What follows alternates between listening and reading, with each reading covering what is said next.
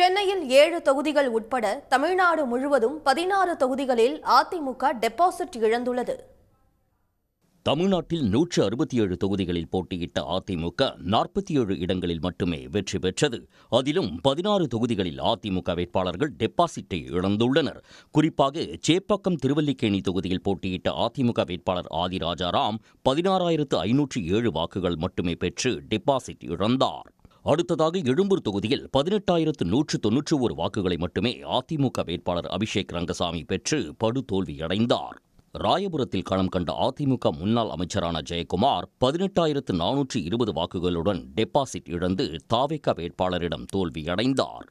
தூத்துக்குடியில் அதிமுக முன்னாள் அமைச்சர் செல்லப்பாண்டியன், மாதவரத்தில் மூர்த்தி ஆகியோரும் டெபாசிட் வாக்குகளை கூட பெற முடியாமல் தோல்வி கண்டனர். திருவிக நகர் தொகுதியில் கவனம் பெற்ற அதிமுக வேட்பாளர் பொற்கோடி ஆம்ஸ்ட்ராங்கும் டெபாசிட் இழந்தார். திருச்சுழி தொகுதியில் திமுக வேட்பாளர் தங்கம் தென்னரசை எதிர்த்து களம் கண்ட அதிமுக வேட்பாளர் ராஜவர்மன் டெபாசிட் வாக்குகளை பெறவில்லை.